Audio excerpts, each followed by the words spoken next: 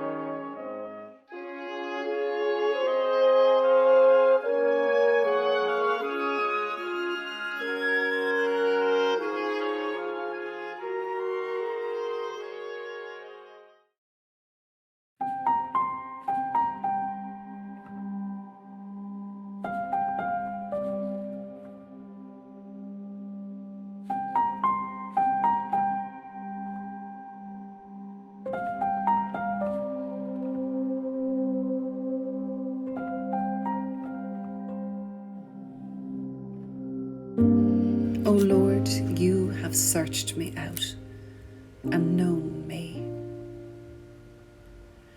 You know my sitting down and my rising up. You discern my thoughts from afar. You mark out my journeys and my resting place, and are acquainted with all my ways. For there is not a word on my tongue, but you, O Lord, know it altogether. You encompass me behind and before, and lay your hand upon me. Such knowledge is too wonderful for me, so high that I cannot attain it. Where can I go then from your spirit? Or where can I flee from your presence? If I climb up to heaven, you are there. If I make the grave my bed, you are there also. If I take the wings of the morning and dwell in the uttermost parts of the sea, even there, your hand shall lead me. Your right hand hold me fast. If I say, surely the darkness will overcome me and the light around me turn to night, even darkness is no darkness with you. The night is as clear as the day. Darkness and light to you are both alike. For you yourself created my inmost parts. You knit me together in my mother's womb. I thank you, for I am fearfully and wonderfully made. Marvellous are your works, my soul knows well. My frame was not hidden from you when I was made in secret and woven in the depths of the earth. Your eyes beheld my form as yet unfinished. Already in your book were all my members written, as day by day they were fashioned, when as yet there were none of them. How deep are your counsels to me, O God? How great is the sum of them? If I count them, they are more in number than the sand. And at the end, I am still in your presence.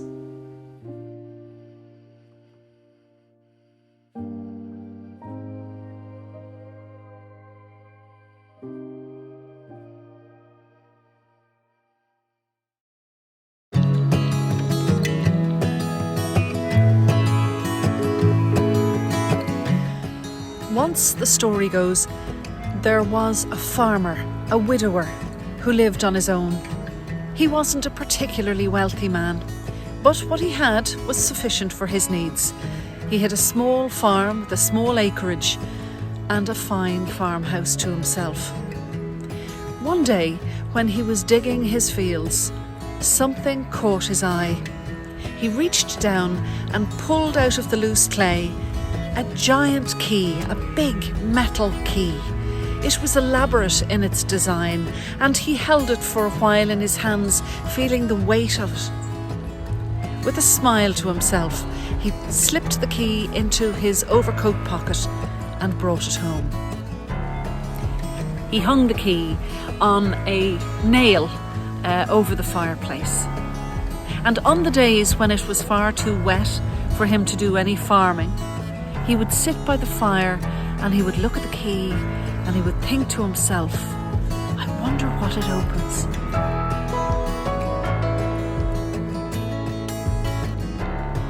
Perhaps it opens a treasure chest full of diamonds and rubies and sapphires and emeralds and pearls.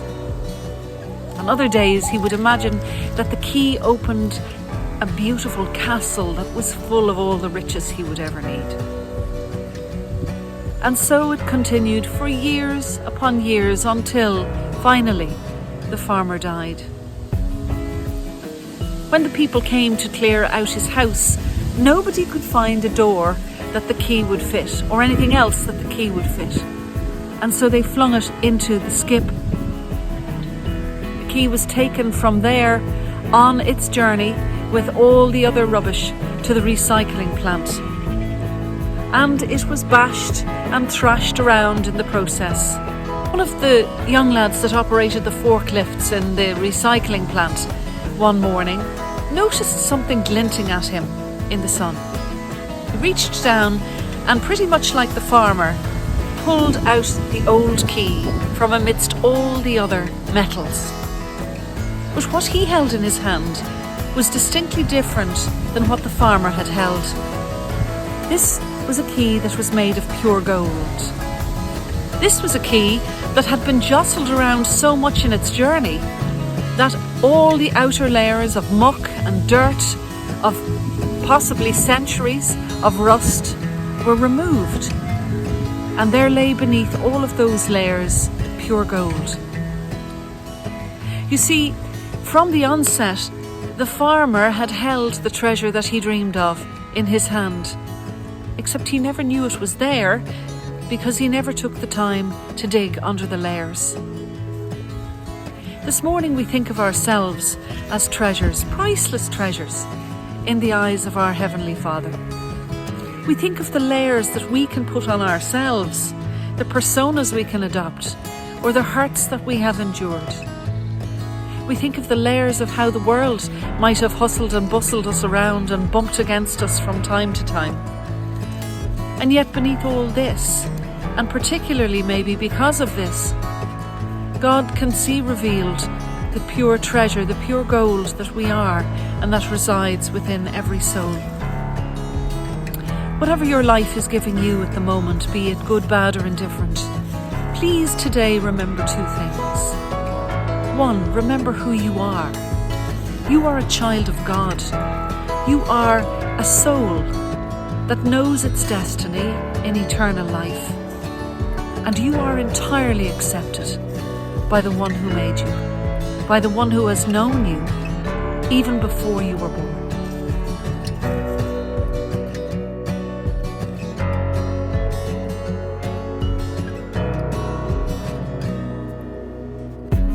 You should know that I am near you. You should know that I am there. And you should know that I can hear you. Every single prayer. You should know that I'm within you. I see the treasure neath the layer.